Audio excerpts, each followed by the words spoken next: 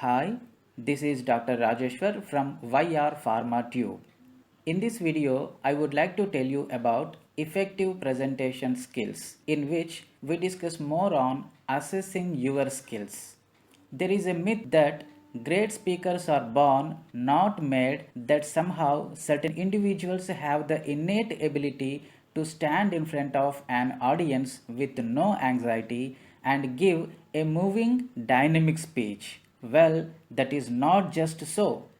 People we consider great speakers usually have spent years developing and practicing their skill. They had to start at the beginning and learn the basics of organization, preparation, delivery, and dealing with anxiety. Once the basics were in hand, they had to continue to build their abilities. Learning to be a better speaker is similar to learning any activity. This lesson provides some theory but more often presents simple and practical suggestions on how to give more effective presentations. The more experience you gain, the more proficient and comfortable you will become. So, let's try to learn the basic skills for effective presentation. Learning objectives are listed here. To explain how to build credibility and confidence as a speaker, to show how to use presentation technology to your advantage, to provide techniques for preparing and delivering a presentation well. Let's see some of the definitions. The terms speech and presentation are often used interchangeably. For our purposes, it is useful to understand the difference. A presentation is a type of speech. Typically, when we think of a speech, we think of a dedication speech, a political speech, a speech of tribute, or some similar event that is more public in nature than a presentation would be. Presentations are speeches that are usually given in a business, technical, professional, or scientific environment. The audience is likely to be more specialized than those attending a typical speech event. Although the difference between speeches and presentations is slight, this lesson leans toward helping those who give presentations. But because a presentation is a type of speech, there are ideas and skills in this lesson that will also be helpful to any speech maker. Evaluate yourself. Check the category that best describes you as a speaker. Speakers are of various kinds: an avoider, a resister, an acceptor, or a seeker. An avoider does everything possible to escape from having to get in front of an audience. In some cases, avoiders may seek careers that do not involve making presentations. A resister has fear when asked to speak. This fear may be strong. Resistors may not be able to avoid speaking as a part of their job, but they never encourage it. When they do speak, they do so with great reluctance and considerable pain. The acceptor will give presentations as part of the job but does not seek those opportunities. Acceptors occasionally give a presentation and feel as though they did a good job. They even find that once in a while they are quite persuasive and enjoy speaking in front of a group. A seeker looks for opportunities to speak. The seeker understands that anxiety can be a stimulant which fuels enthusiasm during a presentation. Seekers work at building their professional communication skills and self-confidence by speaking often. Assess your current presentation skills. To be a more effective presenter, it is useful to examine your present skills. The following evaluation can help determine the areas of which to focus to increase your competency. Please read the statements and then circle the number that best describes you. I thoroughly analyze my audience. I determine some basic objectives before planning a presentation. I write down some main ideas first in order to build a presentation around them. I incorporate both a preview and review of the main ideas as my presentation is organized. I develop an introduction that will catch the attention of my audience and still provide the necessary background information. My conclusion refers back to the introduction and, if appropriate, contains a call to action statement. The visual and graphics I use are carefully prepared, simple, easy to read, and have impact. The number of visuals and graphics I use will enhance, not detract, from my presentation. I use both energy and composure in delivering a presentation. I ensure the benefits suggested to my audience are clear and compelling. I communicate ideas with enthusiasm. I rehearse so there is a minimum focus on notes and maximum attention paid to my audience. My notes contain only keywords, so I avoid reading from a manuscript or technical paper. My presentations are rehearsed standing up and using my visuals. I prepare answers to anticipated questions and practice responding to them. I arrange seating and check audio-visual equipment in advance of the presentation. I maintain good eye contact with the audience at all times. My gestures are natural and not constrained by anxiety. My voice is strong and clear and is not a monotone. If you scored between 80 to 95, you are an accomplished speaker who simply needs to maintain basic skills through practice.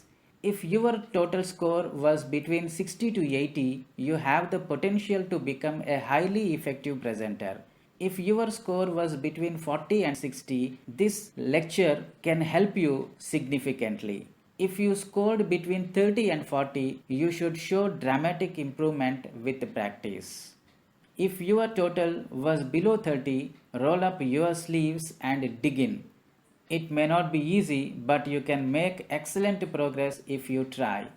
At the conclusion of this lesson, take this evaluation again and compare your scores. You should be pleased with the progress you have made. Set some goals. If your score on the previous slide was 90 to 95, you have the qualities of an excellent presenter.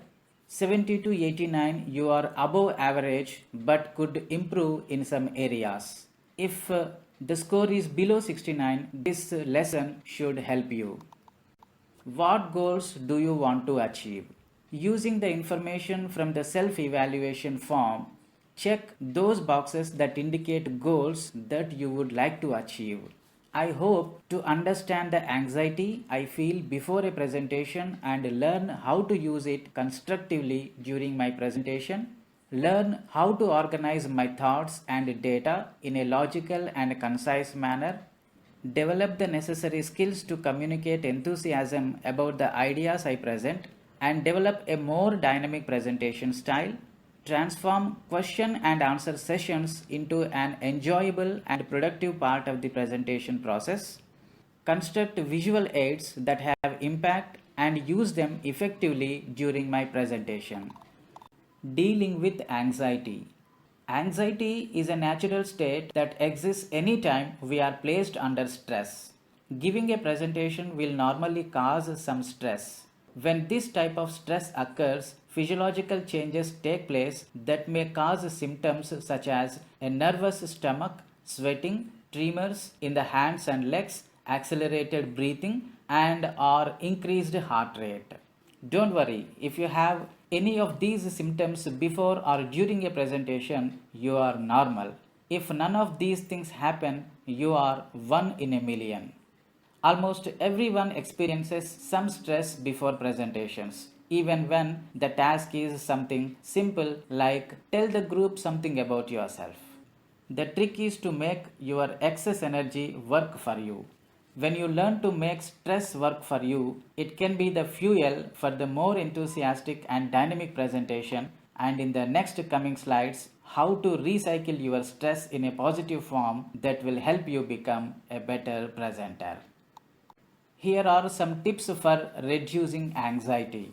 Organize, visualize, practice, breathe, focus on relaxing, release tension, move, and make eye contact with the audience. So let us briefly discuss one by one to reduce your anxiety. The first point is organize. Lack of organization is one of the major causes of anxiety. Later in this lesson, you will learn a simple technique for organizing your presentation. Knowing that your thoughts are well organized will give you more confidence, which will allow you to focus energy into your presentation. Number two, visualize. Imagine walking into a room, being introduced, delivering your presentation with enthusiasm, fielding questions with confidence, and leaving the room knowing you did a great job. Mentally rehearse this sequence with all the details of your particular situation, and it will help you focus on what you need to do to be successful. The third point is practice. Many speakers rehearse a presentation mentally or with just their lips.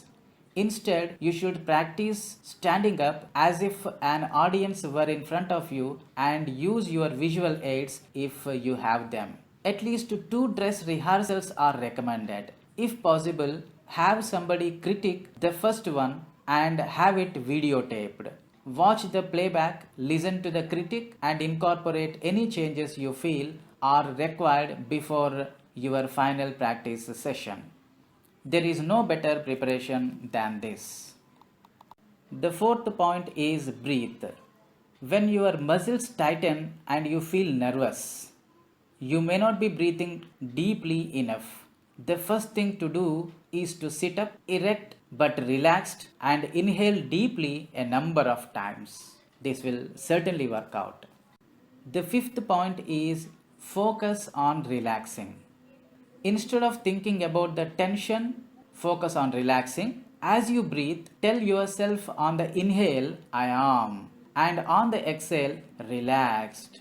Try to clear your mind of everything except the repetition of the I am relaxed statement and continue this exercise for several times.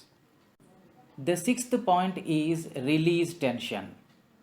As tension increases and your muscles tighten, nervous energy can get locked into the limbs. This unreleased energy may cause your hands and legs to shake. Before standing up to give a presentation, it is a good idea to try to release some of this pent up tension by doing a simple, unobtrusive isometric exercise. Starting with your toes and calf muscle, tighten your muscles up through your body, finally making a fist, that is toes, feet, calves, thighs, stomach, chest, shoulders, arms, and fingers. Immediately release all the tension and take a deep breath. Repeat this exercise until you feel the tension start to drain away. Remember, this exercise is to be done quietly so that no one knows you are relaxing. The seventh point is move. Speakers who stand in one spot and never gesture experience tension.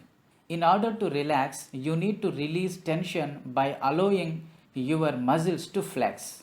If you find you are locking your arms in one position when you speak, then practice releasing them so that they do the same thing they would if you were in an animated one-to-one conversation. You can't gesture too much if it is natural. Upper body movement is important, but moving with your feet can serve to release tension as well. You should be able to take a few steps either side by side or toward the audience. When speaking from a lectern, you can move around the side of it for emphasis if you have a movable microphone. This movement will help release your tension and never fail to draw the audience into the presentation. If you can't move to the side of the lectern, an occasional half step to one side will help loosen muscle tension. And the last point is make eye contact with the audience. Give your presentation to one person at a time. Relate with your audience as individuals. Look in people's eyes as you speak. Connect with them. Make it personal and personable. The eye contact should help you relax because you become less isolated from the audience and learn to react to their interest in you. Here is a review checklist dealing with anxiety. Check those items you intend to practice and incorporate in the future presentations you make.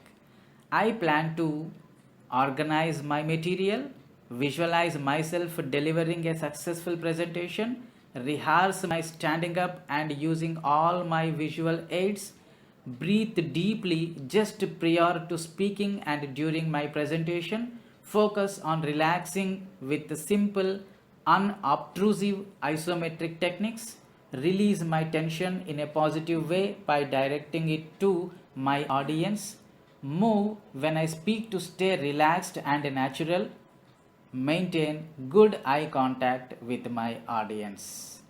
Final words are practice makes perfect. This is the end of the lesson.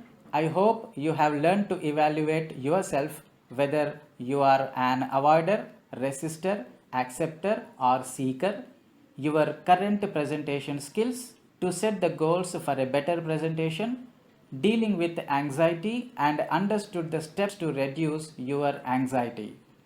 We continue with the planning your presentation in the next lesson. If you have not subscribed this channel yet, please consider to subscribe now. Thank you for watching this video.